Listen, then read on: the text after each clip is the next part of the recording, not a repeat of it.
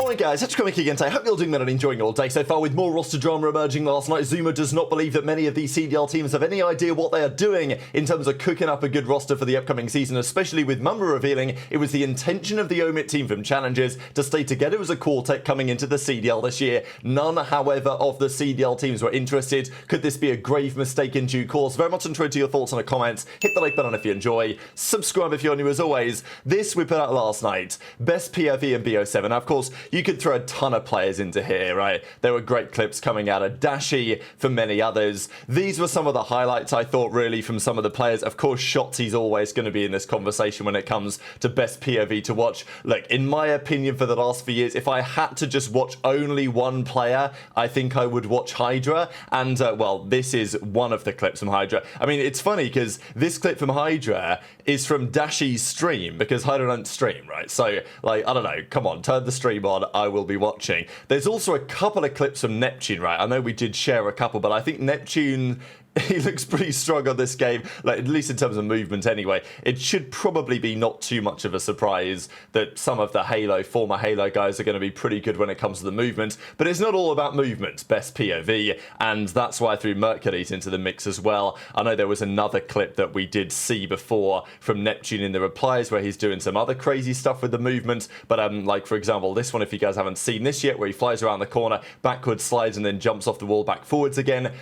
Black Ops 7's going to be a fun year to watch, that is for sure. Now, where does Legend fit into this conversation, right? Because we think that he might well be joining Surge. He's currently still an OpTic player, and it has raised a lot of questions. I saw many of fans of the OpTic Halo team talking about this, right? Because they didn't get the result they wanted, the OpTic Halo team at HGS Charlotte recently. The World Championship for Halo is just around the corner. Legends, Renegade, Bound, Formal. That was the team that Formal would only, he said, compete with if he could put that four-man team together. They were expected to do phenomenal things this year in Halo. It's not really happened. And maybe there's multiple reasons for that, but possibly one of them is because, you know, Legend already is coming to COD. It's like a known thing. We don't know if the contract is signed yet, but conversations have been had there for some time. It's now seemingly a known thing that he will be joining the Surge for the upcoming season. So can't imagine that it's been ideal, and look, probably inevitable, frankly, that this would happen to a certain extent. Legend wanted to consider his future elsewhere. He wanted to try out Black Ops 7. It seems like that's going to happen now. Maybe with all that set in stone, because over the last few weeks, I'm sure that conversations were going on. And look, I've not yet seen a contract signing gift coming out of Legend yet, so we'll see when that gets locked in, right? But I know that there's OpTic Halo fans hoping that with that discussion now maybe out the way, if the Surge deal is locked in, if a buyout is agreed or whatever the case is, that they can say, all right, maybe they can focus fully on the World Championship, I suppose. That would be the idea anyway on that side. But of course, Legend is looking at his future options as well, and we think that Surge is going to be the destination. Was that the right decision by the franchise? That is also a pretty good question. As I said, this is what Formal and others were tweeting out on the 5th of October. The Halo World Championship is also coming up in a couple of weeks. 24th, 26th of October, back in Seattle, I believe it is. Again, pretty interesting, right? Because that's where Surge used to be based out of, Seattle, but now Legend is going over to Surge. But of course it's Vancouver, possibly based out of Texas to our understanding. But let's talk about some of this roster drama, right? So Mamba officially tweeted this out last night. I mean, I say official, right? He's not tweeted anything, but is this a better contract signing gift? Do we prefer this one than the classic contract sign thing? You know, I like it when players use slightly different versions of it anyway. But yeah, Mamba signed a contract. We're pretty sure that's going to be for the Minnesota Rokkr for the upcoming season with Skies, Estriel and Crimp. That was the rumor that we talked about in some detail yesterday, with Legend going to this team. And, you know, both of these teams are interesting. I don't know if I massively love either team. I definitely find this team more exciting than the Rokkr roster that we just talked about. This Surge roster has, you know, there's a lot of storylines going on here. I do think that one concern, for understandable reasons, is that in many respects, Gwyn is your veteran on this team, right? Gwyn's in his 3rd year. When Shotzzy came in, he had Crim, he had Clay, right? Like, he had the absolute perfect outfit around him, you know, even to a certain extent, Huke and Illy. They'd been playing COD, well, okay, Huke had his own transitionary period, he did a bit of Halo, came to COD as well, so there was that relationship that worked quite nicely for Shotzzy. then Illy had been around COD for so many years, dominating in Search and Destroy before he made his debut. So that Dallas Empire situation was pretty ideal, really. And then Rambo came on as the coach. I think Tommy was there early on. Tommy Troen, former, well, he used to play for Fnatic and other, Splice, for example, other great UK teams back in the day. Then he went to 100 Thieves Warzone shortly afterwards. But then Rambo came into that Dallas Empire team. So, you know, Shotzzy had undeniably the perfect outfit around him to help him learn, to help him grow as a player. And from being botsy at the start of the season to quite quickly becoming a real dominant force and eventually winning season MVP. That was a surprise, given the way that he started the season, but you can look in hindsight and say, okay, well, Shotzzy did have a phenomenal supporting cast that helped him grow and learn very quickly indeed. For Legends, will that be the same story, right? Like, as good as I think Gwyn, Abe and Lunas could potentially be, it doesn't strike me as a trio that are going to be able to help Legend progress. Maybe this guy's just so godlike it doesn't even matter. I mean, I think Search and Destroy is going to be interesting for Legend for sure. Respawns I don't have too much of a doubt about really, but it's Search and Destroy isn't a game mode that's played in Halo, right? So there might be a learning curve going on there. The other game modes I think that he'll be fine with given his objective prowess in the other modes. The question has been for Surge, given that we think they're bringing in Atura as their head coach. They were at some point linked to signing the entire Omit team that knocked FaZe out of the Esports World Cup not that long ago. There was also talk that maybe Rokkr would do the same thing and they'd pick up the entire Omit team. There's also Cloud9, there's also Ravens, right? These are other organizations that could have done the same thing, but as ZooMaa kind of, well, he replied to this whole OpTic Legend thing and people wondering whether that's going to be a good or a bad idea. Whatever your opinion on it is exciting for the scene. So, you know, I'm down for it, right? Whatever people may potentially say. But as Zinni says, how teams didn't prioritize getting Mamba and Craze together is beyond me. We talked about this yesterday, that, yeah, Estriel and Kremp, I do like it, and I think both of those players definitely deserve to be in the league, but you could argue that getting Mamba and Craze as a duo, given that they were a duo in challenges for a fair bit of time, arguably they would have continued to try to, let's say, advertise themselves as a package deal. But it doesn't seem like that went anywhere, and Mamba is now likely to get a spot, and Craze, it's very much unknown whether he will. Often you find on these teams, there's at least someone who finds himself as a bit of an old man out. It's happened with Surge this last season, Neptune, and, well, Neptune going to Gentlemates, of course, O4 and Abuzah going to FaZe. You know, Nastie, it looks like, is kind of the odd man out going to Boston. Maybe Boston can do a great job, but it's not like he's got a big money offer from a big money team. And maybe it could be, to a lesser extent, the same with Omid, where maybe Vivid and Mac and Mamba get offers and maybe Craze doesn't. But also, what about those other guys, Vivid and Mac? We don't know what the future is there either. So Mamba then mentioned in ZooMaa's chat that that was their intention, to try and stay together. They tried to push that line for some time, but none of the CDL organizations were particularly interested. And as ZooMaa implies, he thinks they might be making a serious mistake. What the fuck? I hope he shits the absolute bed for the first time in a long time. I'm rooting for someone to fail, not in life, just in COD, purely COD. I hope he goes donut after donut while securing the bag. What the fuck? Crim from Shotzzy, Huke, all the past Halo Pros League should be scared.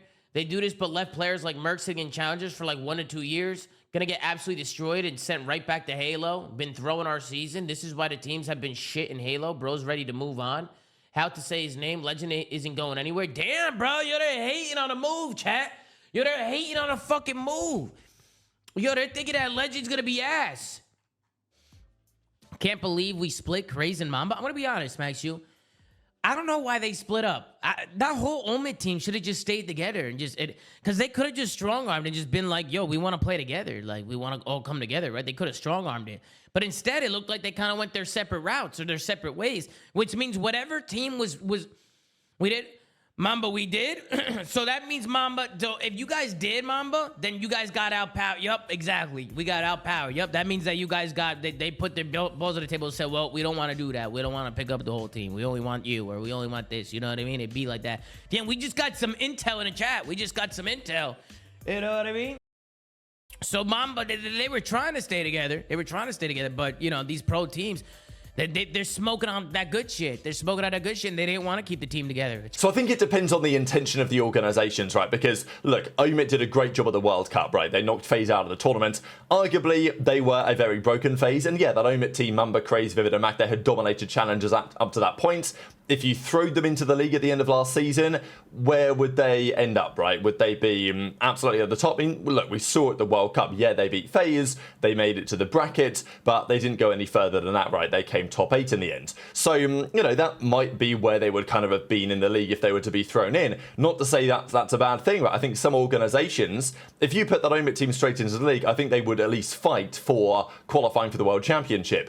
But some teams, they don't want to do that, right? They want to say, okay, let's take a couple of good pieces here and then build it with our pieces to try and make a better iteration going forward. And I also get that logic. I think I would do the same thing, right? Because at the end of the day, the best challengers team might be the best challengers team, but to a certain extent as a quartet, they're still a bit of a known quantity. You know that if you bring them into the league, they can be good, but never probably great. Whereas maybe, although not guaranteed at all, if you take a couple of pieces there, then, you know, you put them with some other pieces, maybe it can become a greater sum of its parts, I suppose. But not saying that also necessarily works either. There's risk on either side here. I do think that the idea of having Mamba and Craze, because they were such a successful duo together, actually teaming as a duo again in the Pro League would have made a lot of sense, and ZooMaa doesn't seem to think it's a great idea that doesn't seem to be happening. Craze, he did this tweet in the end of July saying, look, free agents, but as of yet, there's been nothing further for him. So this is how we think Rostermania looks right now. I think Viper put this one together. There are a few, like, you know, theories in here, what he thinks might happen next. Of course, a lot of this stuff has been confirmed. Gentlemate's not been confirmed yet.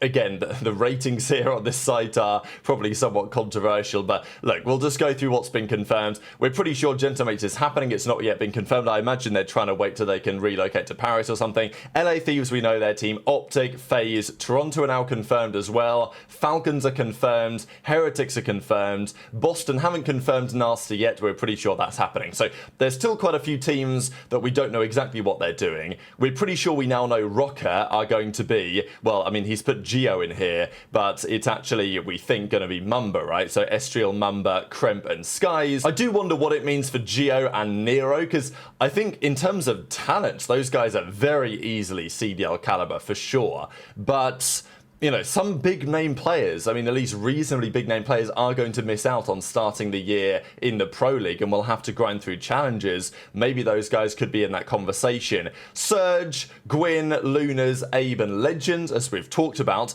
that leaves a couple of teams, really. It leaves Cloud9 and Ravens. Now, we think Cloud9 are going to be Beans Afro. They have signed a deal, it seems, based on Twitter stuff. Could you put them with Vivid and Mac? Would that be an option? I actually don't hate it, to be honest. I think there's something in that. Mac could be on the flex. You know, you'd have a really fast-paced team, like a really fast-paced team if you had Vivid, Afro, Mac, and Beans. Like they would be pushing some serious pace. And there's a lot of experience in there, coupled with some talent. So I actually kind of see the vision there. At least it keeps together some sort of duo-ship that they've had in challenges before. And then Ravens is like a massive question, right? As I say, Mamba's probably going to end up on the Rokkr here. Could Geo end up on Ravens? I mean, we think that Slasher's probably going to stay. There hasn't really been any theories about this, but presumably Slasher stays there as the main AR. Is it even going to be the Ravens? Is it going to be Space Station? I mean, I feel like I say it every video, but the rumours on that have calmed down so massively that we can only assume that it's pretty likely that Ravens are to stay for next year, unfortunately. But, you know, maybe Craze could end up there, right? But it looks like Mamba and Craze as a duo certainly isn't going to happen. And what else about Ravens, right? I mean, there's no TJ Halley on this graphic. There's plenty of other players that have been doing damage in the league over the last couple of years that also aren't featured here. So intrigued to your thoughts in the comments, because with the new talent that's coming in and some of the guys obviously from challenges expected to get a spot, I mean, the OMIT guys should get picked up even if it's not necessarily together. But there's plenty of players that should get picked up. But with the 12-team league and with loads of talent flooding in from Halo, it's a challenging time to be a COD player, I'd imagine, but, you know, maybe an exciting time as well. So enjoy your thoughts on all of this stuff in the comment section below. Hit the like button if you enjoyed, subscribe if you're new, take care, and I'll see you next time.